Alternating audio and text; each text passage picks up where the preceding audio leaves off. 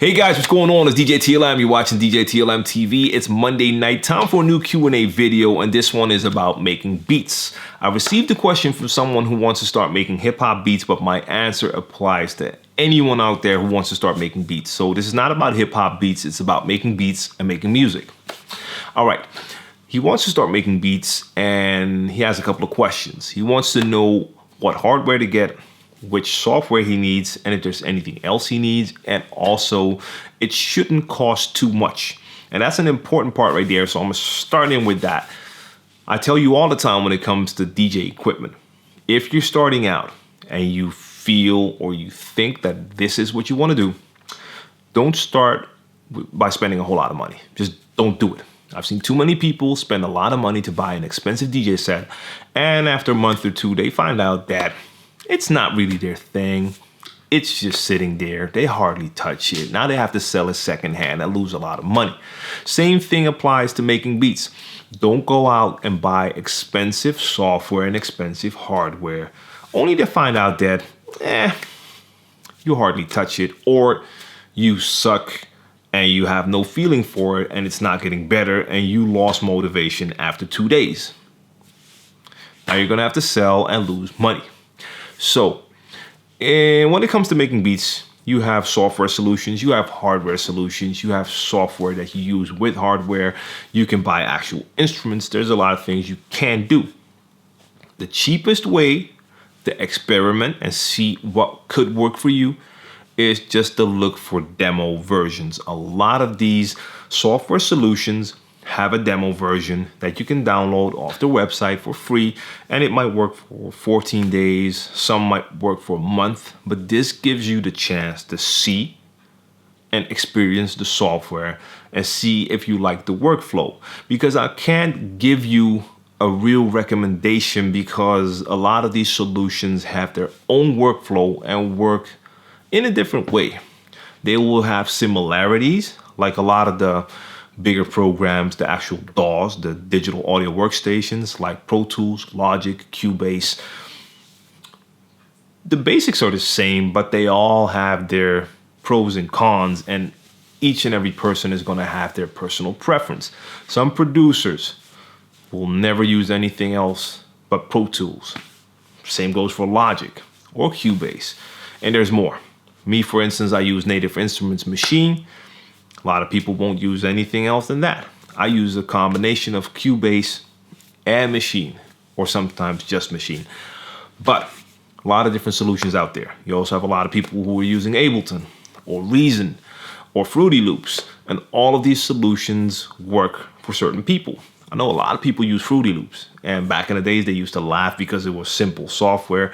And trust me, I've seen people make big hits on the simplest 2 MB software, like real small pieces of software that hardly could do anything but make you add some dots where you wanted to hear your sound. You could loop that, and I've seen people make hits, like big hit records, like gold, certified gold records with software like that. So anything is possible. Same as with DJing, it's not about the equipment, it's what you can do with it, or you do with it.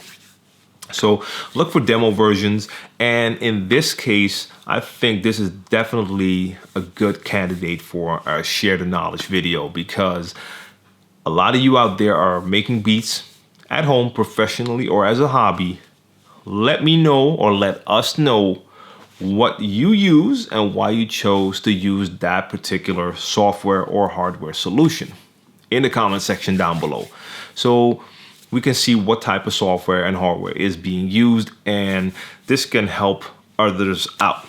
But if you're just starting out, look for demo versions, because that is your best way to experiment for free. I prefer Machine because I like hardware. I used the Akai MPC 2000 XL for a long time, and that is a sampler drum computer, and you use it. Well, like I said, it's a drum computer, but you sample sounds into it, and you can cut the sounds up into pieces, and you have your pads, and those pads will trigger the samples, and within that drum computer you can record sequences and make actual beats. And I like the hands-on thing. I like that more than just clicking with a mouse. Machine gives me the best of both worlds because I have my hardware and I have software to back it up, which has more power than the MPC had. I have a lot more sounds in there. I can sample as long as I want to. I don't have a limited sample time, so I really enjoy how that works. But is there anything else you need if you were to get some software? Audio interface is very important. If you have a computer, your computer will have a sound card. That is what makes you have sound, and that sound is coming through your PC speakers, probably your computer speakers. But it depends on your computer if that sound card is actually good. Now, if you're getting these demos, it's no problem. You can test those with any audio interface, any sound card. But if you really want to start making beats, you want to have better quality sound, and you want your software to be able to process everything better, you're going to need to make sure that your computer has enough RAM, enough memory, enough space, and a good audio interface. And that sound card, that audio interface can be in the computer or it can be an external. And I have a video where you see all my equipment and you see my Focusrite audio interface there as well. And again, there's a lot of different audio interfaces out there. And you have simple ones, you have ones with a lot of connections if you want to add extra equipment or instruments. So there's so many options out there. That's why it's a cool thing if everyone would just share knowledge so you can see what everyone's using and see if any of those things fit your personal needs. That's all, man. I mean, there's so much to say when it comes to this, but like I said, I'm not going to name specific names. It's up to you. Click thumbs up if you enjoyed the info. Subscribe to the channel if you haven't done so already, and I will be back on Friday with a new video. I'm out, guys. Peace.